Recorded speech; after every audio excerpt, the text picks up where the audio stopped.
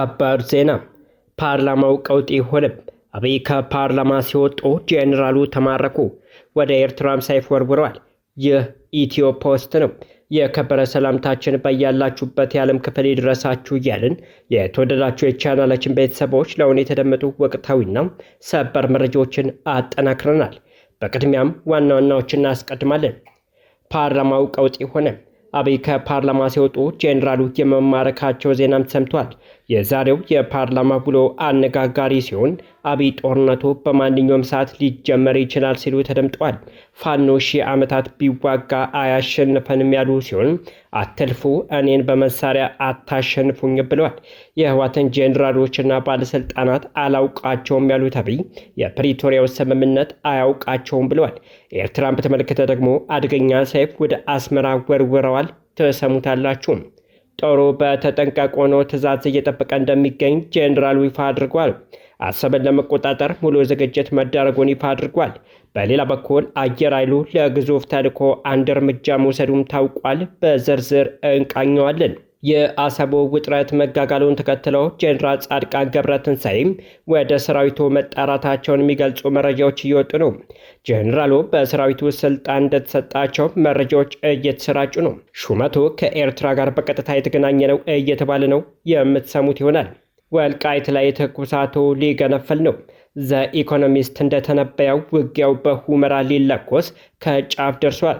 ትናንት በዙም ውይይት ያደረጉት ዶክተር ደብረጽዮን ገብረ ሚካኤል የፌዴራል መንግስቱም ወልቃይት ስለማይሰጠን በኃይል መቆጣጠር ያለብን የሚል አቅጣጫ አስቀምጠዋል።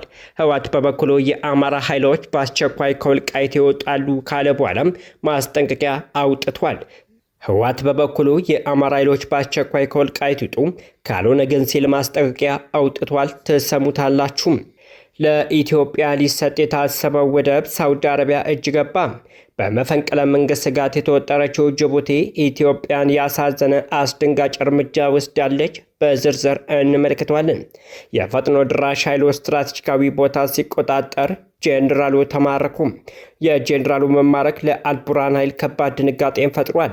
የሄሚቲ ኃይል ከወደፊት እየገሰገሰ መሆኑ የተሰማ ሲሆን የሱዳን ጦር ወደ ኋላ ለማፈግፈግ ተገዷል ነው የተባለው። እንቃኘዋለን። የተወደዳችሁ የቻናላችን ቤተሰቦች እነዚህና ሌሎች መረጃዎችን አጠናክረናል። ቪዲዮ ላይክ እና ሼር በማድረግ አብራችሁን ቆዩ። ወደ ዝርዝሩ እናምራለን። ወልቃይት ላይ ትኩሳቱ ሊገነፈል ነው። ዘ ኢኮኖሚስት እንደተነበየው ውጊያው በሁመራ ሊለኮስ ከጫፍ ደርሷል። ትናንት በዙም ውይይት ያደረጉት ዶክተር ደብረጽዮን ገብረ ሚካኤል የፌዴራል መንግስቱ ወልቃይትን ስለማይሰጠን በኃይል መቆጣጠር አለብን የሚል አቅጣጫ አስቀምጠዋል። ህወሓት በበኩሉ የአማራ ኃይሎች በአስቸኳይ ከወልቃይት ይውጡ፣ ካልሆነ ግን ሲል ማስጠንቀቂያ አውጥቷል። አቶ ጌታቸው ረዳ ወልቃይት ሄደው ከተመለሱ በኋላም በአካባቢው ግጭት ሊቀሰቀስ ይችላል በሚል ስጋት ተወጥሯል። ይህን የግጭት ስጋት የሚያጠናክሩ ሁለት ክስተቶች የህወሓት በኩል ተነስተዋል። ዶክተር ደብረጽዮን ገብረ ሚካኤል በትናንትናው ዕለት ከዲያስፖራ የትግራይ ተወላጆችና ካድሬዎች ጋር በዙም ተወያይቷል። በዚህ ውይይት ላይ የተገኙት አምባሳደር ፍስሐ አሰግዶም አነጋጋሪ ምክረ ሀሳብ ሰንዝረዋል።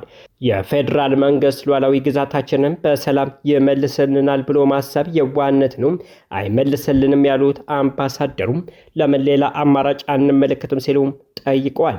እርግጥ ሉዓላዊ መሬታችንን በኃይል እንዳናስመልስ የፕሪቶሪያው ስምምነት እንደሚከለክለን አውቃለሁ። ከዚህ ሁሉ ግን የፌዴራል መንግስት የፕሪቶሪያው ስምምነት አፍርሶታል ብለን ለዓለም የማናሳውቅበትና የማናውጅበት ምክንያት ምንድን ነው በማለት ህወሓት የፕሪቶሪያው ስምምነት በመጣስ ጦርነት እንዲከፍትም ቀስቅሷል። ህወሓት በበኩሉ ከወልቃይት የአማራ ኃይሎች ለቀው ይውጡ ሲል አስጠንቅቋል። የአማራ ኃይሎች በወራሪነትና በሰፋሪነት የፈረጀው ህወሓት የፌዴራል መንግስት በፈረመው የፕሪቶሪያ ስምምነት መሰረት ወልቃይትን ወደ ትግራይ የመመለስ ኃላፊነቱም ይወጣ ብለዋል። ምንም እንኳን ህወሓት የፕሪቶሪያው ስምምነት በአወዛጋቢነት የተሰየሙት እንደ ወልቃይት ያሉ አካባቢዎች ወደ ትግራይ ይመለሳሉ ባይልም ህወሓት በተደጋጋሚ ውንጀላ ያቀርባል። ስምምነቱ አወዛጋቢ ተብለው የተገለጹት እንደ ወልቃይት ጠገዴና ራያ ያሉ ከአማራ በኩል የይገባኛል ጥያቄ የሚነሳባቸው አካባቢዎች በሕገ መንግስቱ መሰረት እልባት ያገኛሉ የሚል ነው። ህወሓት የፕሪቶሪያው ስምምነት በመጥቀስ የአማራ ኃይሎች ላይ ተደጋጋሚ የወራሪነት ውንጀላ ቢያቀርብም ራሱን ለተጨማሪ ጦርነት በግልጽ ዝግጅት እያደረገ ነው። ስምምነቱ ጥሶ ራያን ባይተቆጣጠሩም ከ50 በላይ የአማራ ተወላጆችን ያፈናቅለው ህወሓት አሁን ደግሞ ወልቃይትን ለመቆጣጠር ሱዳን ያሰፈረውን ኃይል እያዘጋጀ መሆኑም እየተገለጸ ነው። ሱዳን ድንበር ላይ የሰፈረው የህወሓቱ አርሚ 70 በውጭ ኃይሎች መሳሪያ ድጋፍ ጭምር ራሱን አደራጅቶ ወደ ወልቃይት ለመግባት እየተዘጋጀ መሆኑም ታውቋል። ይኸው ኃይል ከሰሞኑን ያሰለጠነው አዲስ ኃይል ሲያስመርቅ የሚያሳይ ወታደራዊ ትርኢት ያሰራጨ ሲሆን ዓላማው ወልቃይትን መቆጣጠር መሆኑንም አስታውቋል። ህወሓት ወልቃይትን በኃይል ለመቆጣጠር ዝግጅት እያደረገ መሆኑን በግልጽ እያሳየም የአማራ ኃይሎችን በወራሪነት መወንጀሉን ቀጥሏል። ህወሓት መያዣ አድርጓቸዋል የሚባሉ ተፈናቃዮችን ወደ ወልቃይት ለመመለስ ከቅርብ ጊዜ ወዲህ የጀመረውን እንቅስቃሴ እንደማይቀበልም በመግለጫው አስታውቋል። ህወሓት የክህደት ቡድን በማለት የፈረጀው የነጌታቸው ረዳ ትግራይን ወክለው ተፈናቃዮችን ለመመለስ የጀመሩትን እንቅስቃሴ የሴራ ፖለቲካ ነው ብሎታል። ህወሓት አልቀበልም ያለው ተፈናቃዮችን የመመለስ ጥረት ውድቅ አድራጊ ያቀረበው አማራጭ የአማራ ኃይሎችን አሳደውም አካባቢውን ዳግም ወደ ትግራይ መመለስ ነው። ምንም እንኳን ህወሓት የተጀመረውን ተፈናቃዮችን የመመለስ ጥረት ቢቃወምም የፌዴራል መንግስት እነ ጌታቸው ረዳና የአማራ ኃይሎች ገፍተውበታል። ጌታቸው ረዳ ተፈናቃዮችን በተመለከተ ያላቸው አቋም ህወሓት ወደደም ጠላም ወደ ወልቃይት ይመለሳል የሚል ነው። ፓርላማው ቀውጤ ሆነ። አብይ ከፓርላማ ሲወጡ ጄኔራሎች የመማረካቸው ዜና ተሰማ። የዛሬው ፓርላማ ውሎ አነጋጋሪ ሲሆን አብይ ጦርነቱን በማንኛውም ሰዓት ሊጀመር ይችላል ሲሉ ተደምጠዋል። ፋኖ ሺህ ዓመታት ቢዋጋ ያሸንፈኑም ያሉ ሲሆን አትልፉ፣ እኔም በመሳሪያ አታሸንፉም ብሏል።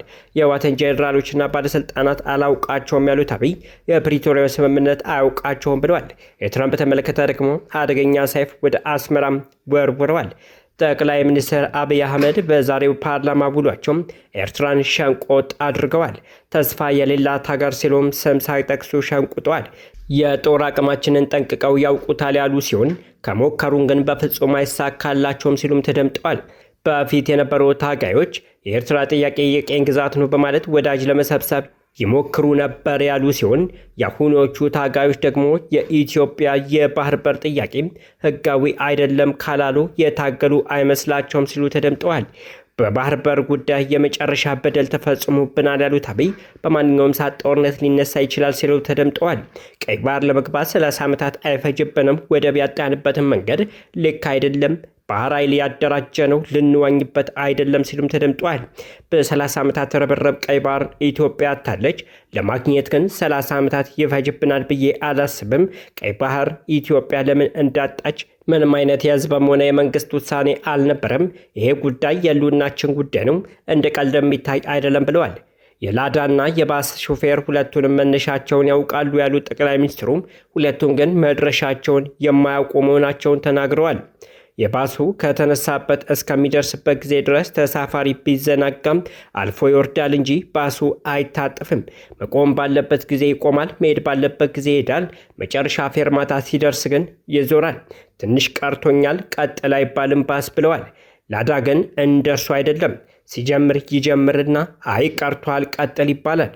ወደ ቀኝ ነበረ ግራ ገብታል ይባላል። ሹፌሩን የሚመራው ማን ነው ካለን ተሳፋሪው ነው። ባስ የሚመራው ግን ተሳፋሪ የሚመራው በሹፌር ነው። የፈለገበት ቦታ በተወሰነለት ይቆማል። መጓዝ ሲገባው ይጓዛል። በህልም ነው የምንመራው፣ በመሻት ነው የምንመራው፣ በእቅድ ነው የምንመራው እንጂ ከግራ ከቀኝ አይደለም በማለት አሁን ኢትዮጵያን እየመሩበት የሚገኙበት የአመራር ዘይቤያቸውን አብራርተዋል። ጦሩ በተጠንቀቅ ሆኖ ትዕዛዝ እየተጠባበቀ እንደሚገኝ ጄኔራል ይፋ አድርገዋል። አሰብን ለመቆጣጠር ሙሉ ዝግጅት መድረጉንም ይፋ አድርጓል። በሌላ በኩል አየር ኃይሉ ለግዙፍ ተልዕኮ አንድ እርምጃ መውሰዱ ታውቋል። የአሰብ ነገር ቁርጥ እየሆነ ነው። ኤርትራም ኢትዮጵያን ጦራቸውን አስጠግቷል። በኢትዮጵያ በኩል የመከላከያ ጄኔራሎች ከጠቅላይ ሚኒስትሩ የመጨረሻውን ትዕዛዝ እየተጠባበቁ ስለመሆኑ ተሰምቷል። በትናንትናው ዕለት ንግግር ያደረጉት ሌተና ጄኔራል ብርሃኑ በቀለም ሰራዊቱ ዝግጁ ሆኖ እየጠበቀ ነው ብለዋል። አዛዡ ከጠቅላይ መምሪያ ስታፍ የሰራዊት አባላት ጋር በነበራቸው ቆይታ የኢትዮጵያን የሉና የሚፈታተኑ በርካታ ሻጥሮች መኖራቸውን ጠቁሟል። ሌተና ጄኔራል ብርሃኑ በቀለ ኢትዮጵያ በባንዳና ባንዳ ሻጥር ያጣቸውን ብሔራዊ ጥቅም ለማስጠበቅና ለማረጋገጥ እንዲሁም የጀመረችውን ጉዞውን ለማሳካት በምትወስዳቸው እርምጃዎች በሁለንተናዊ መስክ የሰራዊቱ ዝግጁነት ከመቼውም ጊዜ የላቀ ነው ሲሉም ሰራዊቱ ለቀይ ባህር ዘመቻ መዘጋጀቱን አስረግጠው ተናግረዋል። ኢትዮጵያና ብሔራዊ ጥቅሟን ለመጠበቅ በሚያስችል አስተማማኝ ቁመና ላይ ይገኛል ያሉት ሌተና ጄኔራል ብርሃኑ በቀለ የሰራዊቱን ሁለንተናዊ ተጠቃሚነት የሚያረጋግጡ ተግባራትን እያከናወነ እንደሚገኝም አንስተዋል።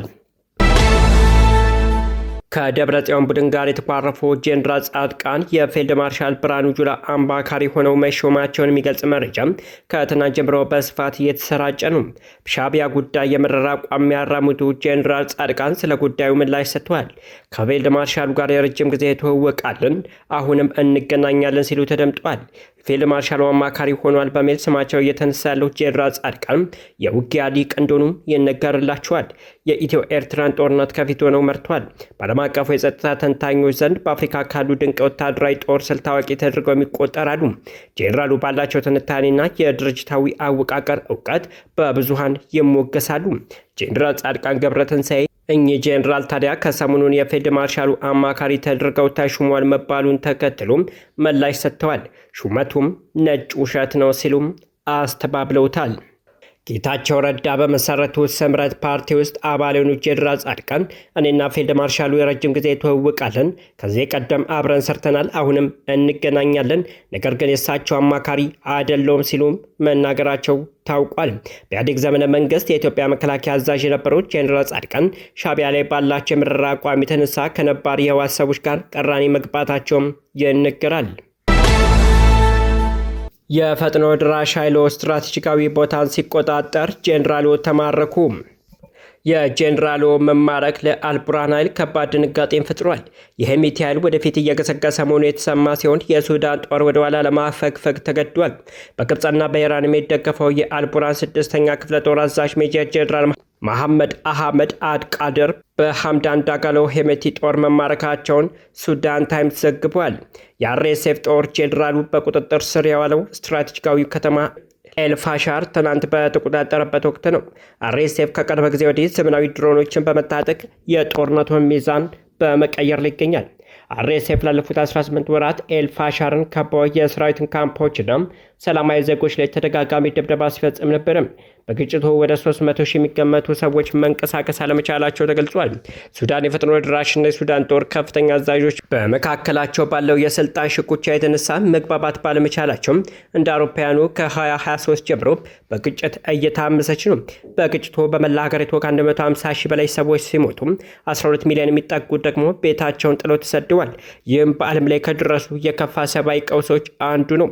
ሰራዊቱ አብዛኛው ሰሜናዊና ምስራቅ የሀገሪቱን ክፍል ሲቆጣጠር እስካሁን ድረስ ኤልፋሻር በዳርፉር ውስጥ የመጨረሻው በመንግስት ኃይሎችና አጋሮች ቁጥጥር ስር ያለ ዋና ከተማም ነበር። አበቃን። መልካም ጊዜን ተመኘን።